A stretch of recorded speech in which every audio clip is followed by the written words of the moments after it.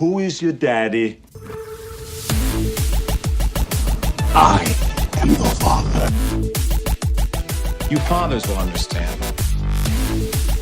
My father taught me many things. I got an idea. How about you all sit there quietly while I make dad noises? All right, I think we are ready. As Derek types out his last minute notes here for episode 166. We're recording on a Sunday again, finally, which is nice. So welcome to Fathers of the Grind. I'm Tim Nestor, and I'm joined by Derek Teague. Good evening, my friend. Hey, how you doing? I'm doing great. We haven't talked in a little while. Yeah. Why don't you catch me up? On what? Would you like to know? You're right. Personal That's things? none of it's a good idea, actually. It's all pretty boring, so never mind. Well, I can say, okay, so I got to see John Wick 3, Chapter 3. Are you a fan of the John Wick fan? I've seen 1 and 2, and I thought they were both absolutely fantastic. Okay. So I'm excited to see 3. I just haven't had a chance to. So actually, I had a full-on John Wick weekend, so I'll just talk about that real quick. But basically, I really wanted to see John Wick 3, and so I scheduled to go see that Saturday morning. Well, before I watched John Wick 3, I wanted to watch John Wick 2 again because I'd only actually watched that once. I bought it when it came out on like Blu-ray because I didn't see it in the theaters. And so I bought a digital copy of it, and I watched it, and I remember going, I like it, but I didn't like it as much as John Wick. Yeah. And I had watched John Wick like 2 or 3 times, probably three times. So I wanted a refresher because I was actually talking to my friend at work, and I'm like, I only remember the ending. I don't remember anything else. So I watched John Wick 2 again Friday night, and I absolutely loved it. I loved it way more than I originally liked it. Still weaker than the first one, but still a really good movie. And then I went. I and saw actually liked it John more Wick. than the first one, but I'm with you on that. His motivation in the first one is a little bit more like, I don't know. You root for him a little bit more because of the crap he's gone through. The second one's the motivation's a little more, give me my stuff back. It's like, all right. Yeah. But well, and it's like they finally open up like how he got out from being an assassin and all that stuff. Yeah, and kind of the whole lore Yeah. of their Assassin's Guild or whatever it is. It's all pretty interesting. Yeah, that's what I think's pretty funny about this trilogy is it's so simplistic. Like the first movie is completely built off of. This is not a spoiler. It's like if you watch the movie, the first 5 minutes, you find out that his wife died, and that's the reason he got out from being an assassin. And she dies, and then she gives him this dog, and the dog dies, and he goes and kills everybody and their mom.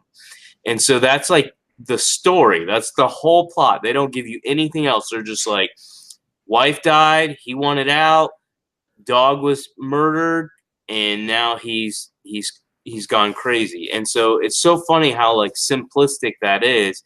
Yet they turned it into this entire trilogy, and the second one kind of dives a little bit deeper into his background on how he got out, some more players in the game, and then in the third one, it goes even deeper. Like I'm not going to spoil it because you haven't seen it, but it goes even deeper to how like rich the lore is. So I think it's pretty funny that it started out so simple, and even the movies make fun of itself. I mean, there's multiple times where even in the second and third one where they make fun of John Wick, they're like, dude, this is over a dog, a freaking dog. Well, I always liked that he has this reputation within this assassination crime community, and just saying his name, people get fear in their eyes. And I always kind of I just thought that was cool. I mean, back when I was younger and used to do all kinds of, playing with G.I. Joes or whatever story I would make, I always wanted my hero to instill fear in the heart of the enemy. I don't know if that was because of Batman I had watched as a kid or what it was, but I like that they did it with John Wick. It very much feels like he's a video game character and all the bad guys have horrible aim, but he's just awesome. He's got all these really cool abilities essentially, and it's a lot of fun to watch. So I'm looking forward to seeing 3. Yeah. Just really good, high quality action movies. So I saw 3. Yeah. I loved it. I would put it either tied with 1 or better than 1. I want to watch it again. which that's kind of where I'm going with the story, and I'll just recap it real fast. So I watched 3, and then I told my son, who's only 13, so I don't really want them watching these, although Eli had watched the first one with me. I didn't let him watch the second one. But Ian was really wanting to see this, and I'm like, well, there's really no nudity. There's some language. It's more the violence, but even the violence is it's real quick, like boom, So headshots, fast. yeah. So I was like, okay, I'll let you watch it. There's only one scene in 2 that I skipped, and it's like brief nudity. It doesn't show everything, but you can see most of everything. So him and I ended up Saturday, after I watched John Wick 2 on Friday, watched John Wick 3 on Saturday morning. Saturday we watched John Wick 1 and 2. So that's what I did all weekend. I watched nothing but John Wick movies. Some action movie weekend. Hey, real quick, did you go solo to the theater? Are you cool with that? No, I always have a date, dude. I always have a date. I mean, look at how I am for this show. I mean, it's 10:40 at night, and I'm dressed up looking even for podcasting, you have a date. Guys, if you're listening to our show and not watching it, go to YouTube because I look ridiculously good. Yeah. Like, even on a bad day, I look good. But right now, I look really good. Like, I'm actually just checking myself out the whole time. Like, I'm not even going to listen to Tim when he talks. Which actually, that'd be an interesting show, is just the Derek show. Let's do that. Let's try that one out and see how it goes. Should. Yeah. I really am good looking. But how was your weekend? And how are you doing? Weekend was good. We were planning on going to see Detective Pikachu possibly over the weekend, but those plans got changed with some other activities happening. So I'll probably take the kids to see that next weekend. I hear it's a pretty fun one. So I did see that one too. I saw that the previous weekend with my daughter Emily. Yeah, I heard it's pretty charming. Definitely worth seeing. It's basically Deadpool for kids. For kids. Yeah. I mean, I love Ryan Reynolds. I mean, we've talked about that before. You and I have, about how we love Ryan. I honestly think he's one of the funniest non-comedian actors that's out there. Like he doesn't do stand-up comedy, at least not that I know of.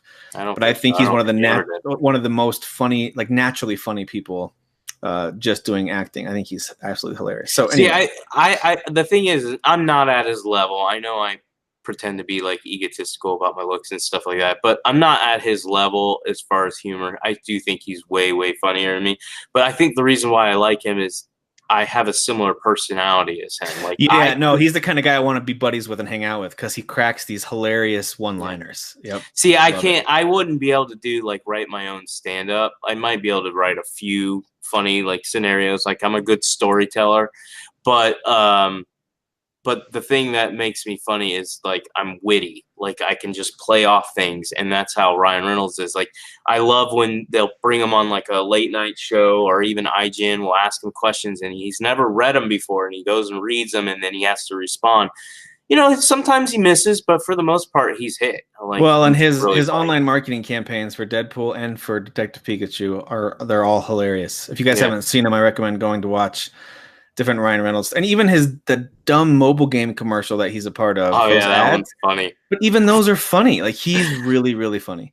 By the way, if you haven't seen some of his earlier stuff, I think Van Wilder, while not super appropriate, is one of his funniest roles. He's really good. Absolutely, Ryan Reynolds real well in that one. He is Ryan Reynolds in just about everything. But there's that one. There's one where he used to be fat, which was pretty funny. I don't know.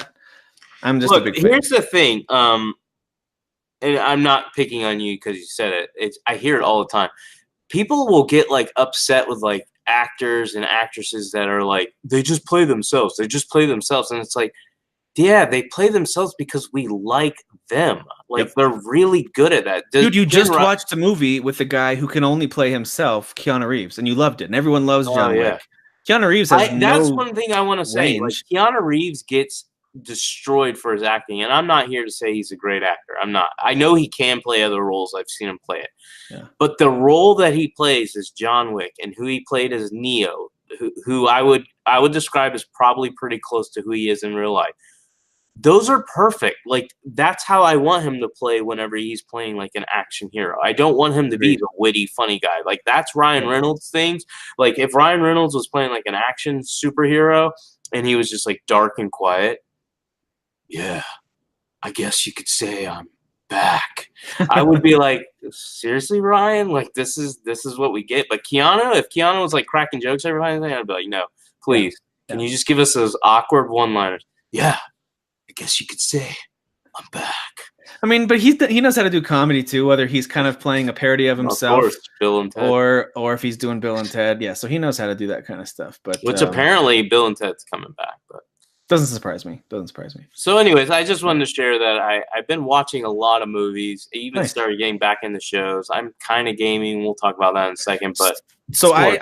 the one thing I did watch that I wanted to just quick mention that I highly recommend. I know I'm a little behind. The show's been out for a bit. They just announced season 3 on Netflix.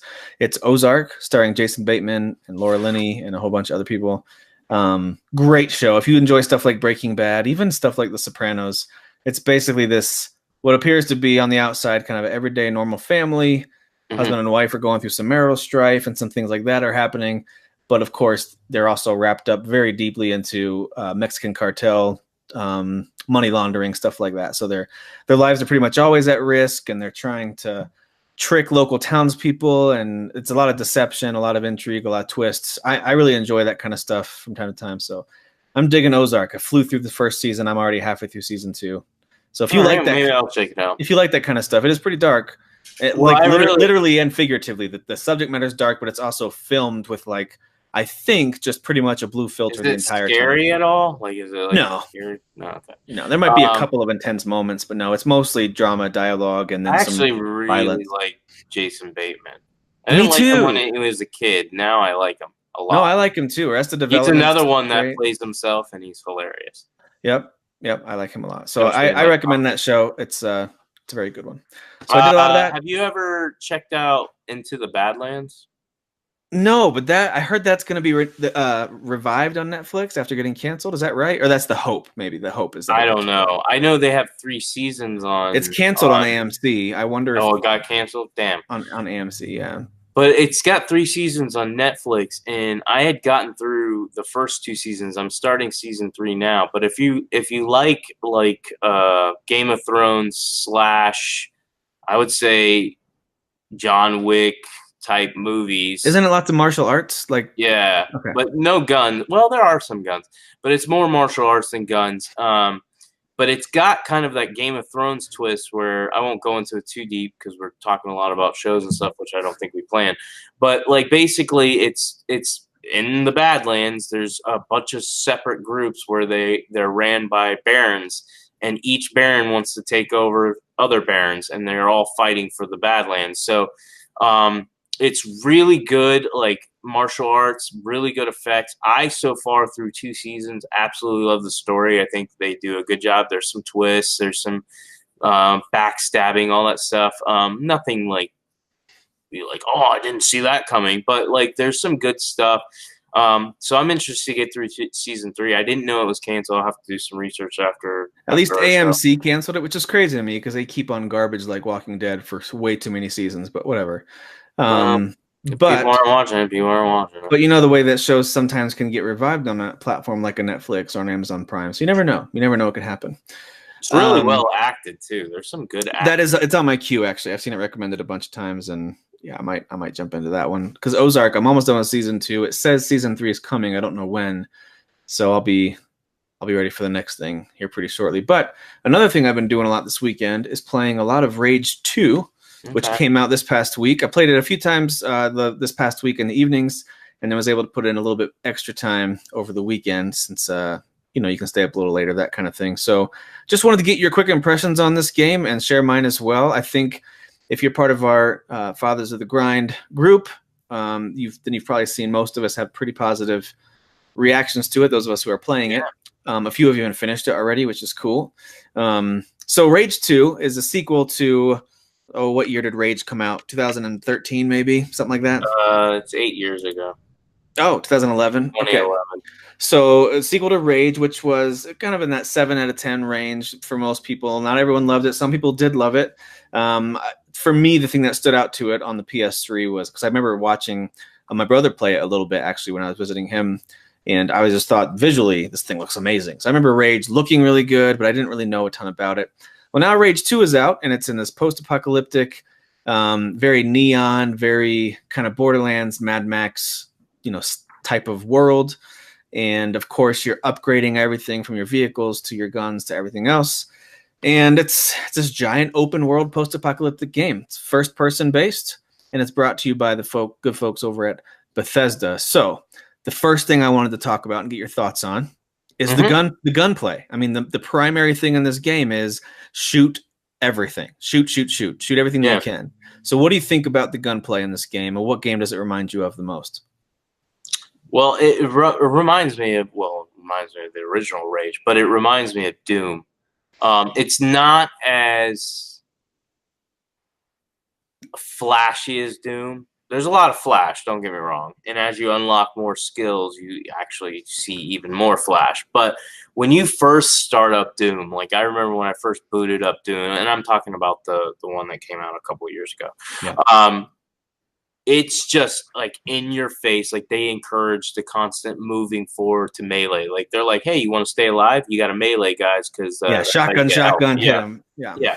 So they want to keep you on the move. Rage is kind of similar too. They want to keep you on the move, but you're not as OP, I would say. Like you can't just go up and smack everybody and survive.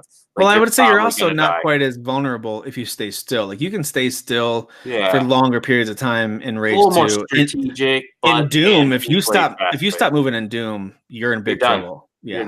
But it does still have that feel. It's that id feel that I don't know how they do it. Like other shooters cannot get this feel down that they do, and it's not just the 60 frames per second.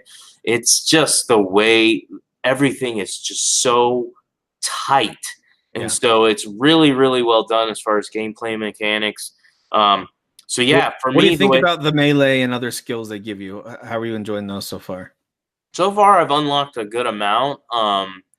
I really like how I feel like I'm improving my character pretty quickly too. Right now, I'm only like 4 hours into the game, a little over 4 hours, and I'm upgrading at a consistent pace. I know people have, and I'm not trying to jump ahead, but people have complained about the world being empty, but I'm bringing this up now because I feel like the reason I've been leveling up so much is because I keep stopping everywhere, and there's a lot of stuff. There's tons of stuff to find. So I've been exploring the world. I haven't been like, what's the next story mission? What's the next? I've been just like, oh, that's a question mark, I'm going there. Is it like overwhelming like The Witcher? No. Or like an Assassin's Creed game. Yeah. We'll talk about the open world in a second. I do want to mention that I think the guns I've tried so far, and I actually haven't tried that many, primarily assault rifle, sniper rifle, pistol, and shotgun, I think. Yeah.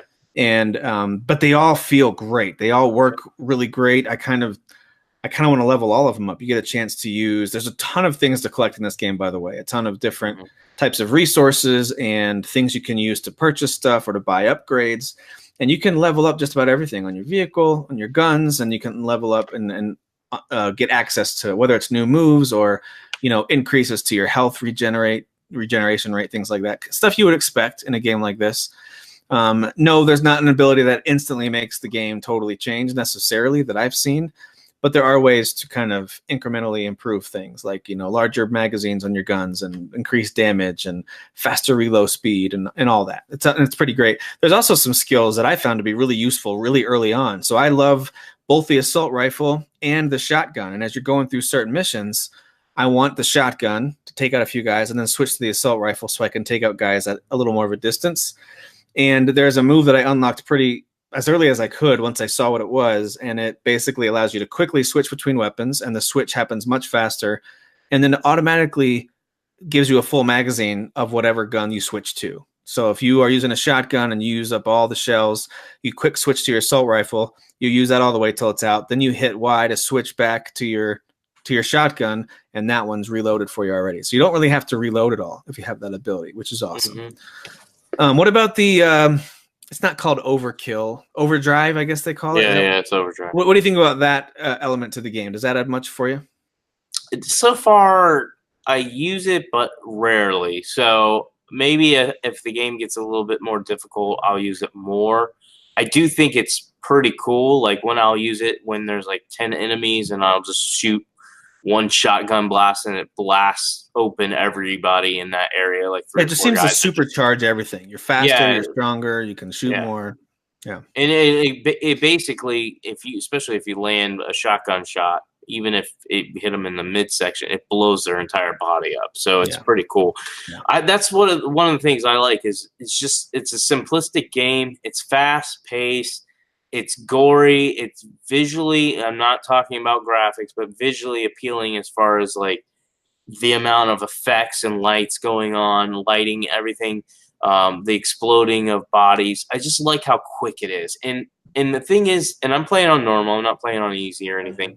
I do like that you can get shot and you don't die like right away. Like you can be like, oh, because there's a ton of enemies usually around you. You can usually be like, okay, this guy is to the right of me and I was focusing on the left and I'm not dead. Plus you have health and things like that. So far I've really enjoyed the gameplay.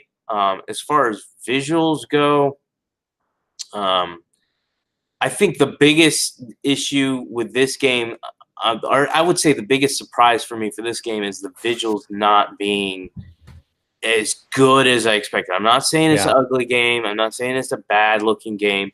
But I will admit, like, I booted up on the Xbox One X first because that's where you bought it. Mm-hmm. And I was like, 1080p, not going to do it.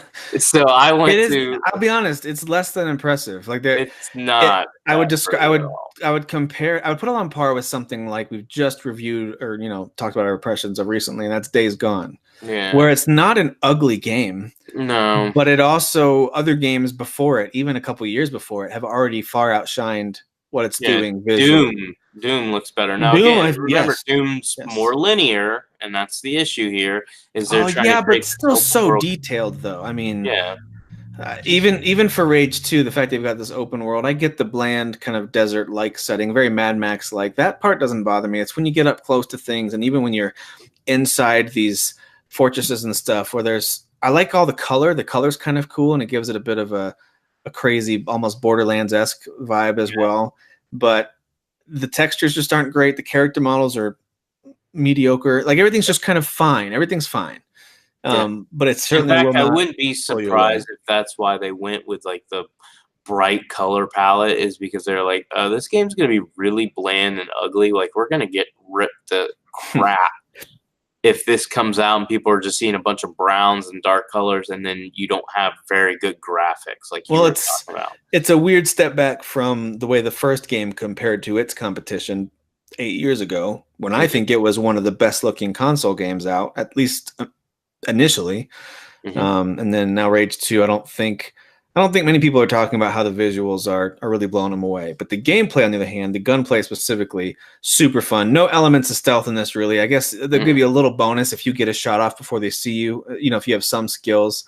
But no, this is not a game that encourages or even has stealth at all. It's drive your car in there as fast as you can. You can even unlock an eject ability where you can have your car going full speed, and then you eject out and then start shooting them from the air while you're landing, and the car just zooms into the end. Things like that. It's just a lot of fun. It's meant to be pure mayhem, and that's exactly what it is.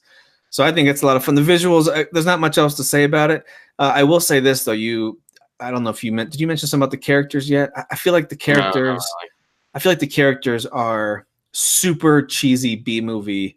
Like the whole opening sequence, I felt very underwhelmed and was getting disappointed fast. I'll be honest with you. But thankfully, they don't take very long to throw you into the open world, and here you go, and here's how you upgrade stuff. And then I was like, okay, good. Here we go. I've got a vehicle. I can travel around and do whatever I want, and it's fun. Are you playing as a dude or a girl? A girl. Okay. See, I picked the dude, and I feel like it's Peter Parker. Oh, really? Like the voice actor's Peter Parker. Well, the girl voice actor for the main character is not very good. It's very like, just imagine a female voice actor trying to be a tough main character. That's exactly what it sounds like. I mean, it's nothing unique about it. But I do like the way at the beginning when you select male or female character. Yeah, they kill the other one. What happens to the other one right away is pretty funny. So they do struggle with the tone they're trying to set. Like, I kind of wish they would have just gone full silly and funny and crazy, kind of like the Borderlands games, that while they do have their serious moments, it's mostly just nutso. I was kind of hoping for that because they have elements of that. But then there's other moments where it's very serious and, her mother raised me and then she sacrificed herself for me. It's like, I don't know. Like, I'm not really sure what vibe they're going with. But I agree. I am finding myself in this game specifically. This is just my short time with the game, less than a week. Keep in mind, I'm finding myself caring so little about the story that I'm already skipping dialogue scenes, which is shocking for me. So that tells you how I think, similar to Days Gone, we've seen the post-apocalyptic setting before. If you played Mad Max, if you played Far Cry New Dawn, if you played really any post-apocalyptic game, you get it. You know what they're going for, and you just kind of want to get to the mayhem. Just get me to the battles where I'm fighting mutants and rival gangs and stuff like that.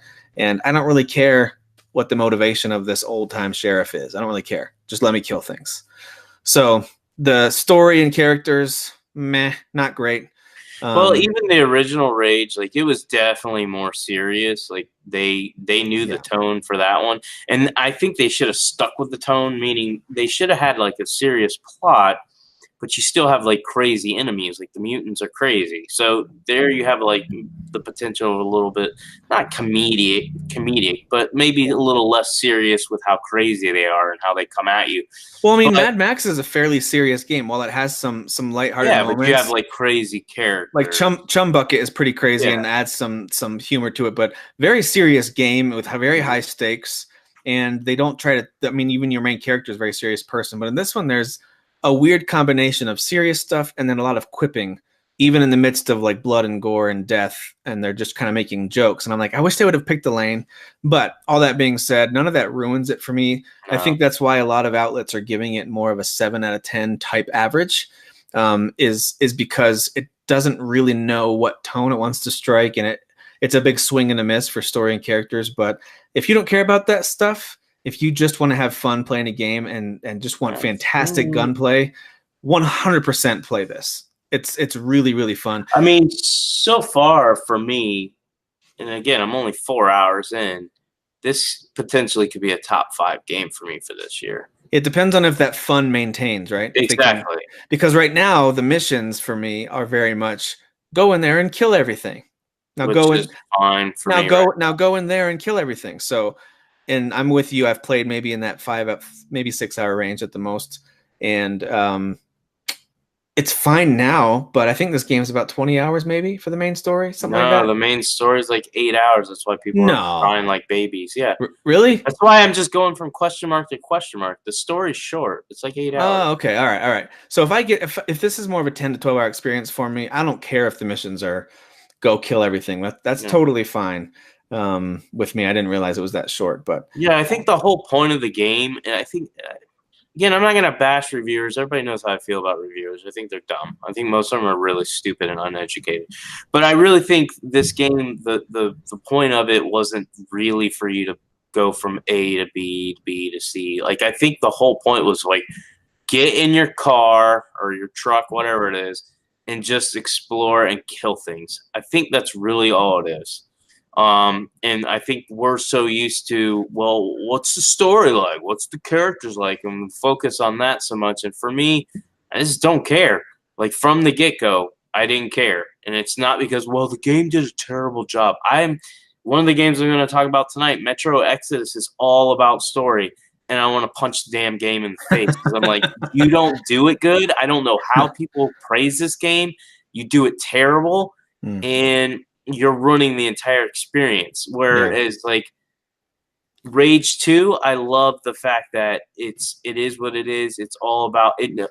It doesn't know what it is, but it knows what it is. Meaning, I don't think it ever was like, hey guys, we want to captivate you with this deep, amazing story. Because like I told you, I don't know if you play Rage, but I beat Rage a couple of times, and it was never about the story. The thing that was cool about Rage was that it was a good-looking game, and it was one of the few games on the last-gen consoles that ran 60 frames per second, and so it was all about smooth as butter. Was that a PS3 and PC exclusive? No, it was on the 360. Oh, it was? Okay. Yeah. Okay.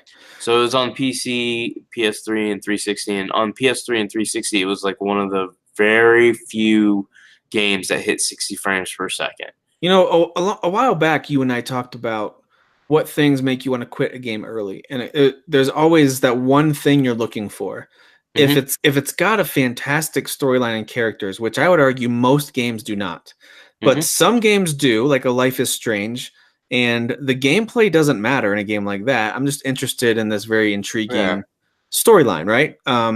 But most games, they keep me playing because the gameplay is really fun. Maybe there's a really fun loot and upgrade system that's a lot of fun. Maybe the challenge is there, and it's got that Soulsborne or roguelike thing where like the more you like Dead Cells, the more you play, that you make these incremental improvements. And so every game that keeps my attention has something. And for me, Rage 2, despite its shortcomings I wouldn't call visuals a shortcoming, it's just not excelling in that area, but it does have shortcomings in storytelling and characters. But that's okay with me because they're not flat out bad. It's just nothing to write home about. And the gunplay is just so fun and fast and frenetic. Again, not as much as Doom is, but it's I would put it on par with something like Wolfenstein. And think of the crazier levels, especially in the first Wolfenstein game, the New Order game. Well, here's my thing, and I'm going to ask you this. Yeah. Doom didn't have a good story. No. Yet that game was praised for being amazing. I don't understand. Again, I don't understand how reviewers can't separate this crap.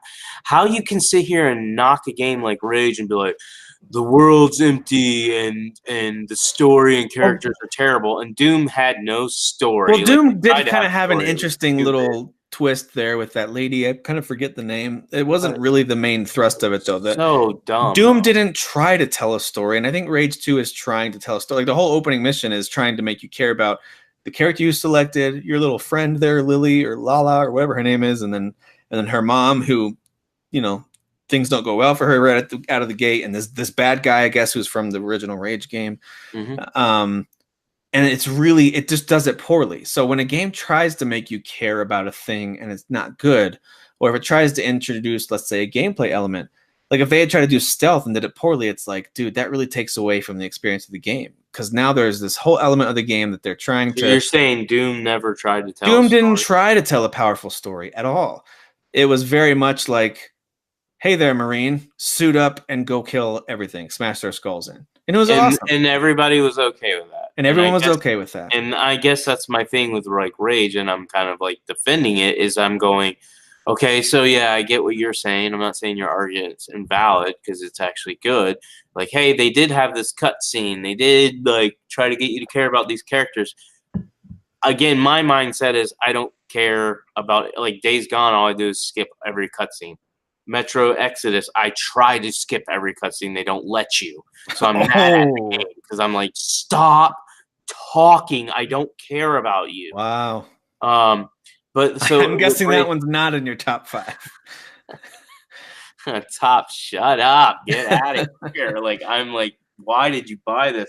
And I like the other 2 Metro games. So it's just me. I know it's my personality. It's just changed. Yeah. But well, that's honestly, that's why I kind of have stopped playing Days Gone. A little bit is because there's other stuff that I'm more interested in right now. And I haven't purposefully said I'm uninstalling Days Gone. I'm finished. Like, I fully plan on playing more of it, but I've faded off from it a bit because it doesn't have any of those things I mentioned. To me, it doesn't have a really strong gameplay element. It doesn't. It's got some elements of stealth, but it's not done really well. It's got some elements of, using items and throwing projectiles and shooting guns and setting traps, but none of that's done really well. The story's not done really well. The characters are really one note and kind of annoying, to be honest. So I don't find anything in Days Gone to be so compelling that I'm driven forward to continue playing it. Once I kind of hit that wall of, wow, I'm really repeating things, and there's other games I'd rather play, I kind of fell off. A game that should be 12 hours long, it's Days Gone. Maybe that's the one I'm thinking of. That's 20 for just the main story. Yeah, Days Gone is longer. Yeah, Rage 2 is like 8 to 10 hours, I think. Okay.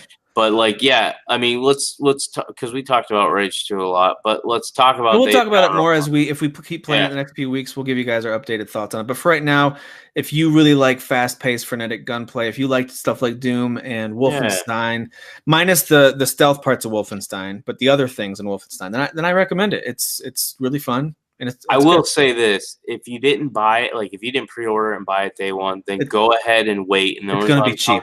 I'm going to tell you, it's going to be a failure. It's going to, because of the reviews, you're going to be able to get it for $40 in about 2 weeks. If that. And maybe less than that by the end of the summer. Yeah. So Days Gone, I do want to talk about that because you brought that up. And I did In the last 2 weeks, I have still been playing it. I definitely have cut back. I only played it a little bit this weekend, and I hadn't played it since last weekend.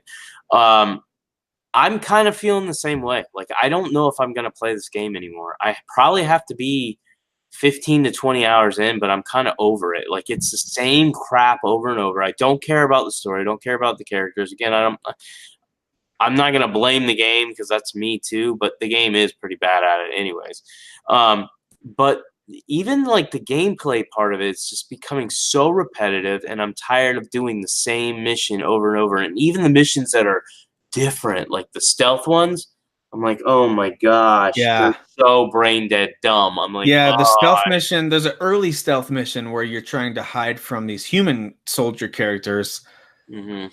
And I was like, if this is a taste of what's to come with the stealth, because you're not allowed to be seen, nor are you allowed to attack them. And Yep. it's like, is this really what you're going to? So it's just not well done. It really makes you appreciate the games that do stealth well. I'll say that. You know, it makes me miss stuff like Metal Gear Solid 5, which I thought did stealth really, really well. So Yeah, anyway. Metal Gear Solid 5 Yeah. is great. Yeah. So I don't know if I'm gonna finish it. I think I might be done with it because I was even looking at like a walkthrough, and I'm sitting again. I've been playing it a lot, and I'm like, "Are you serious with the amount of missions I have left?" And I've been focusing on like just every main mission. every mission. And so I'm real disappointed with how long I feel like they just are dragging this out. They don't have characters to care about. They don't have a world to care about. They don't have anything going for them, and they're dragging it out. And that's kind of my issue with Metro Exodus as well. Like, this game is all about story. It's all about world. First of all, let me start with graphics. I'm playing on Xbox One X. Oh my God, it looks like a 360 game that got No like a way. 4K patch. It's Metro so ugly. Exodus does? Yeah, it's so ugly. Oh, Which it's is a so bummer. annoying because when they showed it off in E3, that was one of the reasons why I wanted it. I was like, this looks so good, the lighting, everything. Clearly, we're playing that on PC at native 4K with some tweaks and everything going on there, because that's not what I've got on my Xbox One That's a X. bummer. So it's not good looking. The voice acting, I'm not going to bash it because it's all Russian, so I can't tell you if they're good or not. They just have annoying accents, and they talk more stupid Well, stuff. plus you're a big Putin fan, so that makes sense. I do love the Putin. But I just feel like I'm not saying the story's bad, but the dialogue is terrible. Like, really bad. Like, I hope you do play it just a little bit so you can watch the interactions between the main characters. I definitely will have to before we get to Game of the Year talk, so I'll give it a whirl. His voice acted good. He's the same dude from the previous ones. He's fine. But his wife, girlfriend, whatever she is, God, can I put a bullet through her head? Like, if she was my girlfriend, she'd be dead. I'd be like, I'm going to make that the new opening of the show. God, can I put a bullet through her head? Just with no context. Just Derek saying that. Like, can I please John Wick her face? Like, this is like, you need to stop talking. And she talks a lot, and she'll say stupid like, "Oh, Tim, come here. Please look at this. Look at that." I'm like, I already looked at it. Look at it again. And it's like, just shut up. Like, stop talking. That's what I want to keep telling her. And I just was getting so mad. Eli was laughing at me. He's like, "Why are you playing that, Dad?" And I'm like, because I feel like I have to. I paid $60 for this crap. So there's my positive review on Metro Exodus. Yeah. If you like the previous games, probably going to love this. If you've had some type of personality change because you screwed up your life a year ago, do not play this game. Well, that's a very specific. That's very specific. Okay, so it sounds like we both really like Rage 2. Maybe not quite long enough into the game to say we love it, but we both really like what we've played so far. We both really liked Days Gone, but we both kind of faded on it a bit because we got some fatigue on the fact that there's really not any one really strong element to that game. And you sound like you have not really enjoyed Metro Exodus, although you're not saying it's a bad game. You're just not enjoying it. I would say on the other side of that, really good writing is in something like Katana Zero. And I think even someone like Derek would have to admit the writing is not only funny and it's completely vulgar, but it's really well done in Katana Zero. And the fact that you can interrupt, so instead of skipping conversations, there's a little timer at the bottom. And if you hit the response before they're done talking, you interrupt them. And you usually say something rude or cut them off or really tick them off. So the Katana Zero writing is pretty fantastic. And so I played through that game and there's a main choice you have to make towards the end. And if you make one choice, the game's essentially over right there. So I got that ending, got the credits, and then I hit continue, and it lets you make that choice again. So this time I made a different choice, and it opens up a whole new branch of other levels to play, which is what I'm playing now. This game gets so super tough. But again, if you like stuff like Hotline Miami, and if you like really challenging side-scroller action games, it's worth giving it a shot. But just as a warning, it's a one-hit kill thing, and it happens real fast, and you can get stuck on certain sections for a long time figuring out what's the best order to take these guys out in and quickly throw items at them and jump out of the way of their attacks and their bullets.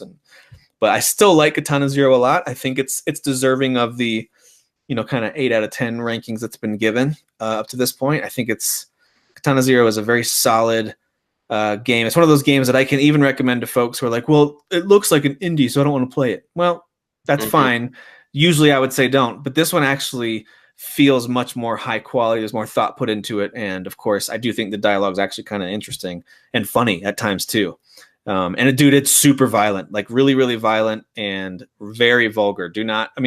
Thankfully there's no voice acting, but if you've got anyone in the room who can read, who you don't want to learn every bad word there is, I would recommend not having them in the room while that one's on.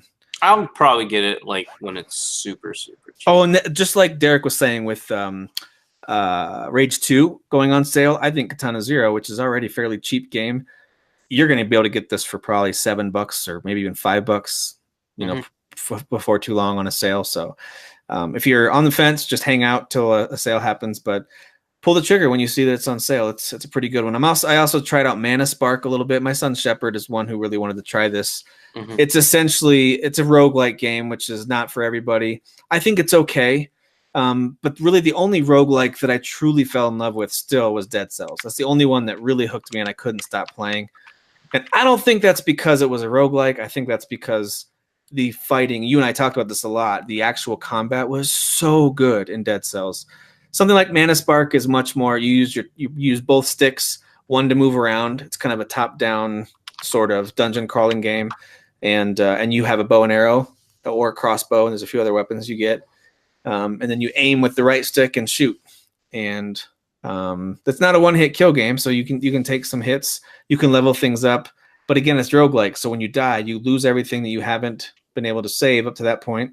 You go back, upgrade your camp, maybe buy some stuff if you've got any currency left. Then you dive back in for a procedurally generated second or third or fourth or fifth run through this game. So I think it's pretty cool. It's really cheap right now. It's like $3. So if you like roguelikes, if you enjoy stuff like Rogue Legacy and Spelunky and Dead Cells, Mana Spark is probably worth a look. It's pretty cheap. So go give that one a look. Now tell me a little bit about Hades. This is the closest thing to an indie game that I've seen you play in a long time. Yeah, and I actually paid for it. Like I was excited to buy it. So this is only on PC though, right? I really wish it were elsewhere. Early access. It's early access. So it's on the Epic Store. I hope it comes to Switch. The Epic Store, I'll tell you what, man, they're gonna take over Steam. Because Epic's doing so good with Fortnite, basically what they're doing is they're selling games at extremely low prices that Steam and all of them are not competing with. So they're taking their game. They took all their games off of Steam too, right? Yeah, and I'm not saying they're taking a loss because people are not too intelligent if they haven't figured this out. The developers are not taking a loss. Like if Epic says, "Hey, this game's a $40 game normally, we're going to sell it to you for $20," the developers still get their normal cut. And Epic pays more than Steam. That's why so many developers are now going, well, we're going to take our game off Steam and we're going to put it only on Epic because they're paying us more. And then Epic's dropping the prices because they're trying to get us to go over to them. And it's working because they're giving out free games. Like they gave me Transistor for free. They're going to be giving Rhyme out in the next couple weeks for free. Two of your favorites. Oh, yeah. And then I saw Hades it's a $20 game for early access, but again, Epic just took $10 off, so it was $9.99. So I bought that. Plus, by the way, The Walking Dead, the final season was $5 on there. I was like, for the whole season? For the whole season. Wow. It's like, holy crap, for $15 I'm gonna get, this game that's not even out on any other consoles, and then I'm getting The Walking Dead final season, which it is a story-based game that I actually want to play. Yeah, I kind of want to see how Clementine's story. Yeah, I want to see how it plays out. So no, you're saying so. So Hades is in early access. Did you play it yet? And yes. How is it? And also, do you think it's going to come to consoles at some point? It is going to come to consoles. I think it's amazing. Now, I haven't played it a lot. It's an isometric action game, right? Yeah, but it's the best one I've played by these guys. Okay. And I like their stuff somewhat. But this it's the guys who made Transistor and Bastion? Yeah. Okay. But this one's super, super fun. Like, it's really, really good. It's got the arcadey feel, but it's also strategic. But everything is it's not turn-based. It's all live action. It's roguelike, so you die, you start from the beginning. But it's kind of got some humor already too. Like the plot or whatever, the story of this game is you're Hades' son, and you're trying to escape from the underworld. Like, you don't want to be around him anymore. And so you're a rebellious teenager, is what you're saying. And he mocks you. Like, yeah, you're gonna go real far, kid. And he was like, shut up, Dad. And so you play through levels. You got to beat all the enemies to move to the next level. You get gifted from the Olympian champions or something. Like, they'll give you gifts and stuff because they want to see you succeed. But if you die, you start all over again, and your father mocks you again. Like, oh, welcome back. Good to see you failed again. That type of stuff. So, again, I haven't played it a lot, so I don't know if the humor gets redundant or if it's just they got new stuff every time. And also I haven't explored enough to know how much like the leveling up system is. But for right now, what I did is you start out with like the sword, and you have your basic attack, you have like a special attack, and then you have like a magic attack. I earned enough, not coins, I think it was keys or something. I don't remember what I got. But I got enough that I could buy a new weapon, so I bought a bow and arrow. And that is a main weapon. So if I take the bow and arrow, I lose my sword. Okay. But every time you die, you can switch whatever weapon you want. So if you actually like the sword more than the bow and arrow, you can switch back to the sword. So there's other stuff they sell too. So every time you play, you're trying to collect things so you can then buy better stuff so you can get better at the game. So it's kind of got that Dead Cells feel, but I feel like, and I could be wrong because I haven't played enough, the difference is the one complaint I had with Dead Cells is like when I get a good weapon or something, like when I die, it's gone. This game is like, no, you bought it, you own it. It's gone unless you get lucky and it's the one you roll out with the next time, right? Yeah.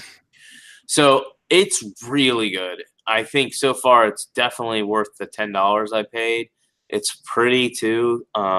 It looks good. Bastion and Transistor are both decent looking games. So and from what I saw of the Hades trailer a few months back, I thought, hey, this looks pretty cool. Yeah, I wanted it like right away, but then when I saw like the $20 price tag, I was like, no, I'll just wait. Maybe $10. But $10, I was like, I'll give it a shot. Nice. But yeah, it's if you've got PC and you have Epic Game Stores, go buy it. It's $10. It's worth it. So Hades is one that I'm looking forward to. Yeah, all one of you. Hades is one I'm looking forward to when it comes out in consoles, PS4 maybe or Switch, whatever it drops on. Speaking of games that are coming out, though, I thought we could wrap up our show with looking at the summer preview. There's a whole bunch of games coming out over the next few months, and wanted to give you guys some stuff. If you're not already hyped for some of these, a lot of you already know what's coming out. Some of you maybe you're not totally up to speed on what to expect between now and when essentially school and football season starts again. So wanted to go through this list a little bit. I left out a ton of the smaller indie stuff or maybe the re-releases and things. I left out a ton of that stuff and try to just focus on things. To be honest with you, it's just stuff that I care about. That's really all this is. Oh, okay. So it's going to be a lot of indie bull. So it's actually not. There's a handful of them, but most of it's the big name stuff. All right. So coming out this coming week, even though technically June, July, August is considered that's the summer months for video game releases, I'm including a couple things that are still yet to release here in May. So this coming week is a huge week. We've got Assassin's Creed 3 Remastered coming to Switch. It's already on other consoles. That's coming to Switch, along with Resident Evil 0, and Resident Evil 4, all coming to Switch on May 21st. And on that same day, whether you're on Switch, PC, PS4, Xbox One, you could play Team Sonic Racing, I believe is also releasing that day. So pretty big day coming up on May 21st. I think I'll grab AC3 out of all of those. That's probably it. I'm gonna get Team Sonic Racing. That does look kind of fun. Which one are you getting that on? Is that a PC game for you? Well, if it's digital, which I have not seen it in a digital store, I was gonna buy on the PS4 because I have $20 in rewards money, so I'd only have to pay $20 for it. Oh, okay, nice. But I haven't seen it digitally, so I might have to order it on Amazon because they have it for $32 for a hard copy. All right, well, that's a pretty good deal too. So I might do that, but we'll see. Okay, well, those come out this week on the 21st. And then on the 23rd, I only saw this because every once in a while in the eShop, I listen, I know that I oftentimes say, hey, this indie looks cool or is cool. I would say more often than not, I skip at least 75% to 80% of what looks to me like shovelware garbage on the eShop. Nintendo, in my opinion, has kind of gone back to their old Wii Shop ways, and they've allowed so much crap to get shoveled onto their console. It's a little bit disappointing, and there's really not a great way to filter things out in the eShop. But all that being said, every once in a while I stumble across one that looks interesting, and this one caught my eye, and it might totally suck. But when I saw that it's really kind of meant to be modeled after the old school Grand Theft Auto games, like the top-down open world style games, very violent. The idea is that you're a fugitive, you've escaped from prison, and now you're on the run, and people will report you if you steal cars, and you can run and do missions for folks. I mean, it's an open world game, and it's got that top-down old Grand Theft Auto vibe. The visuals look pretty good. And so it's a Switch, PC, PS4, Xbox One game. Comes out May 23rd, so it's coming out pretty soon. And this one looks interesting to me. I mean, reviews might come out and it's a 4 or 5, and I could be totally wrong. But it does look interesting at a glance, at least. So that comes out at the end of this week. So I wanted to highlight those three because really between then and after E3, there aren't a ton of games that have been announced with release dates. There's a few. I mean, I'm not saying there's nothing. There's a few games that have been announced and you might be excited about, but nothing super remarkable. And as we all know that happens during E3, there's going to be some, hey guys, this game is available now stuff that happens at E3. So I'm assuming that if we were to talk about this here in a few weeks, when we know the E3 news, there's going to be some big releases in the first 2 weeks of June. But as far as I could see, the first big release is on June 18th, and that's the long-awaited Bloodstained Ritual of the Night. For many, many Castlevania fans out there, they've been waiting for this one. It's finally dropping on PC, PS4, Xbox One. After a whole bunch of issues with the gameplay, and especially with the visuals, they went back and revisited it and really spruced it up, and people are now pumped for this game again. And then Switch, it comes out on the 25th. I'm not sure if that's a performance issue or what, but so Bloodstained is finally arriving in June. Derek, not a big Castlevania fan. Is that, I'm right on that? Yeah, I don't care about that. So not really your thing. I like I didn't love them because I never beat them, but the Castlevania and Castlevania 2, the ones that came out were like kind of like God of War type games or Devil May Cry. Oh yeah. They were a little more. They're like 3D action games, a little bit more. Yep. Well, then maybe a few days later you'll be interested in this one. Crash Team Racing is dropping on the Switch, PS4, and Xbox One on June 21st. I know you said you were going to get Team Sonic Racing. Are you actually grabbing Crash Team as well? I liked it back on the PlayStation, so I might. We'll see. I mean, we'll see because I don't play kart racers as much as I used to. So okay. Well, then later that next week on June 27th is this game called The Sinking City, which is kind of a creepy looking adventure survival. I think some action there too game for PC, PS4, and Xbox One. Has potential to be something really cool. We'll see if they deliver on it or not. But I recommend going and watching a trailer, looking at screenshots for The Sinking City. That one looks kind of interesting. And then June 28th, we just got a big Nintendo Direct that talked a lot about Super Mario Maker 2. And this has pretty much every child in my family super excited. I'm excited, but I didn't love the first one. I thought it was fine.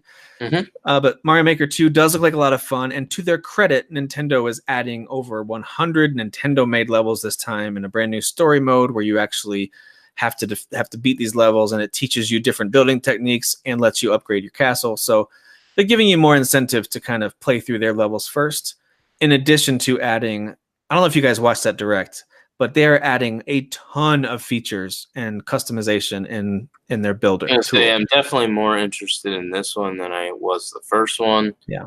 That being said, I doubt I'll buy it. They did. I'll probably sure get you it. My saw- son was like, "Can we build a level together?" And of course, looking at his little 8-year-old eyes, I was like, "Of course we can." But so I of course will buy it. I just don't You know if saw it's the digital ticket thing they have, right? yeah, the vouchers, which was pretty Yeah. cool. So So the you can use it on that game. yeah, the vouchers. Nintendo has this new program out where you can buy 2 vouchers for $100, and then you can use them on games that are normally $60. So you're essentially saving $10 per game.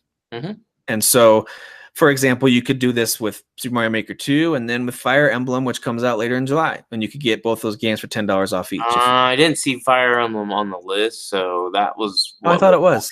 If it is, then I'll definitely. Okay. Voucher. There's certain games that will accept the vouchers with certain games. Right. It didn't say I could. I mean, you could certainly go back and get some of the older games that are out there for $10 less. But the only problem with that is I was just at Walmart tonight, actually. We were picking some stuff up, and I walked through the game section. Most of those mainline Switch games, even Mario Odyssey and Zelda and stuff like that, Mario Kart, Smash, they're all $49.99 right now anyway. So I'm not sure that $10 off digitally is going to be that appealing for some of those games. But anyway, that wraps up the month of June, in addition to, of course, the things we have not heard about yet. But then in July, which I think might be Nintendo's strongest month of the year, if you're a Switch owner, you've got a lot to play, especially if you count June 28th, kind of that final weekend of June with Super Mario Maker 2. And then in July, you've got Dragon Quest Builders 2 coming over to North America from Japan. It's already been out in Japan, but that's coming to Switch and PS4 on July 12th. And then 1 week later, you've got Marvel Ultimate Alliance 3, The Black Order, coming to Switch, a crazy exclusive that they got. That's July 19th. And then July 26th, you've got Fire Emblem 3 Houses and Wolfenstein Youngblood, which they've announced is coming to Switch in addition to PC, PS4, Xbox One. Wow, So I'm actually going to use my Switch this year. Yeah, I mean, July is a busy month. So if something like Mario Maker and Dragon Quest Builders doesn't sound like your thing, then you've got some super violent shooter like Wolfenstein if you want that on the go, or you've got multiplayer action RPG like Marvel Ultimate Alliance 3, or you've got super in-depth turn-based RPG like Fire Emblem. So I feel like the Switch is loaded for July. But you and I have talked about this a lot. Why don't companies release games in July? Well, here we go. Yep. July is looking pretty stacked. If you're a Switch owner, especially. Of all those, though, the one I think I'm most excited about, this is going to come as no surprise, is Fire Emblem 3 Houses. But a close second place for me right now is Marvel Ultimate Alliance 3. I actually just got, I forgot I was still getting this magazine. I just got a Game Informer in the mail that features on the cover the Marvel Ultimate Alliance 3 game. And I read the cover story inside, and dude, it sounds great. This game sounds like it's going to be a lot of fun between Marvel and all their internal people helping craft a story that kind of works with comics as well as movie fans. With both, they're all going to enjoy it, they claim, which I understand they always say that, but the story sounds kind of interesting. But also working with Team Ninja on the gameplay, they were very concerned on making sure that each character felt different, that the powers complement each other. There's a ton of upgrades and things you can equip, that you can upgrade individual heroes, as well as there's a whole kind of grid of upgrades for your entire team. So that game is sounding more and more like a nice surprise hit for Nintendo and Marvel there. That one sounds pretty cool. So I'm pumped for both of those. And then in August, there's a few other games coming out that I just wanted to highlight real quick. Shenmue 3, and who knows if that's actually going to hit this release date, but August 27th, it's coming to PC and PS4. There's a game called Control that I had only learned about recently. It's a third-person shooter from Remedy, folks who made games like Quantum Break. That's coming to PC, PS4, and Xbox One on August 27th. So that's one to keep an eye out on. I think if you like stuff like Quantum Break, I feel like Control looks really interesting if you haven't checked it out. Quantum Break ended up being kind of a letdown, but I like their other stuff. Like I like what did they release before that? Alan Wake. The Alan Wake games, yeah. And then I keep wanting to say Mad Max. It's not Mad Max. It's the crime ones with the Max Payne? Yeah, Max Payne. Did they do Max Payne? I think they did the original trilogy, or the original 1 or 2 were Remedy. There you go. And then to close out August is a game that I'm super pumped about, and that's Astral Chain coming to the Switch. I hope that Platinum Games can deliver another fast and furious and satisfying action adventure RPG like they're known for. You know, give me some really good combat. I hope that it looks good. The preview videos so far, it looks pretty good. So I'm hopeful that Astral Chain is a really cool new IP coming to the Switch. So that's to wrap up August.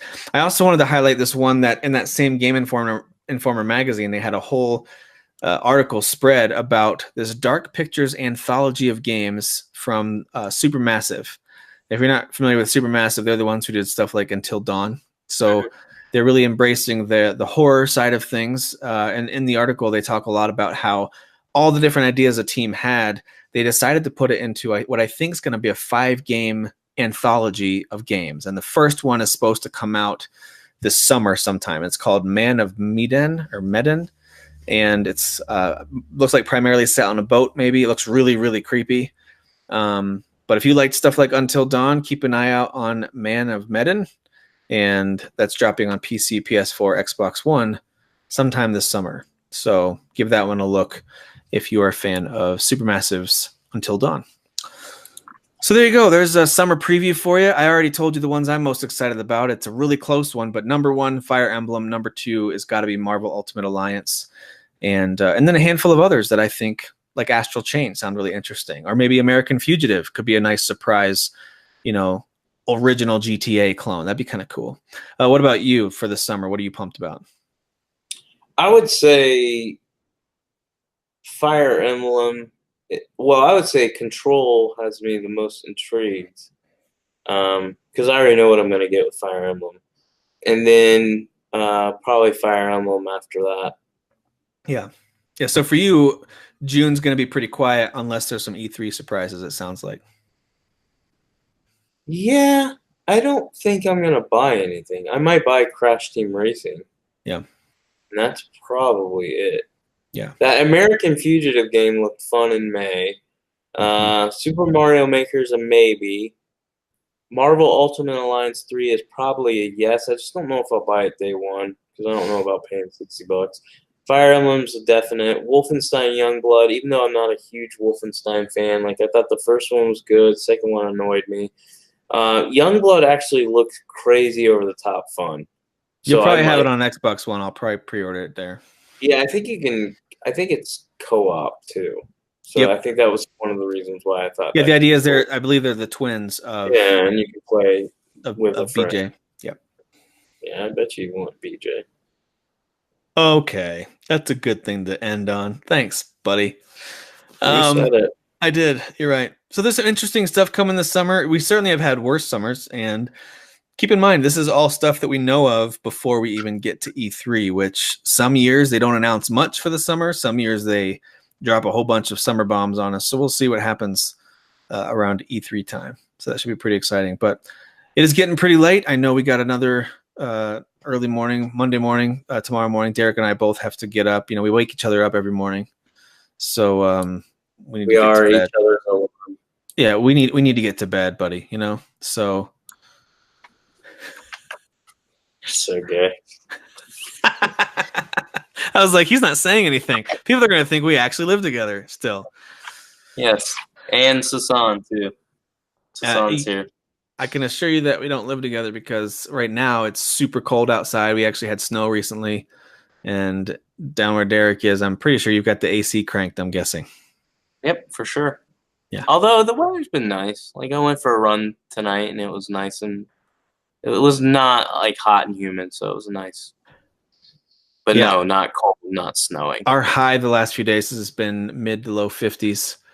And then on Thursday, we woke up to snow. We were like, what is happening? I was going to say, what's going on? Because we're almost into June. So that's global warming. Okay? That's what it is. Well, global warming, but we're getting colder. Hey, you don't know what global warming is. When you say stupid stuff like that, you don't know what it is. And this is the segment of the show where Derek sets up a straw argument and then yells at himself with a voice that he imagines others would speak to him with. You don't even know what global warming is. All right. You guys have a good week. Let that stick in your head for the next few days. You said Peace. Stick and BJ in the same 5 minutes. Who is your daddy? I am your father. You fathers will understand. My father taught me many things. I got an idea. How about you all sit there quietly while I make dad noises?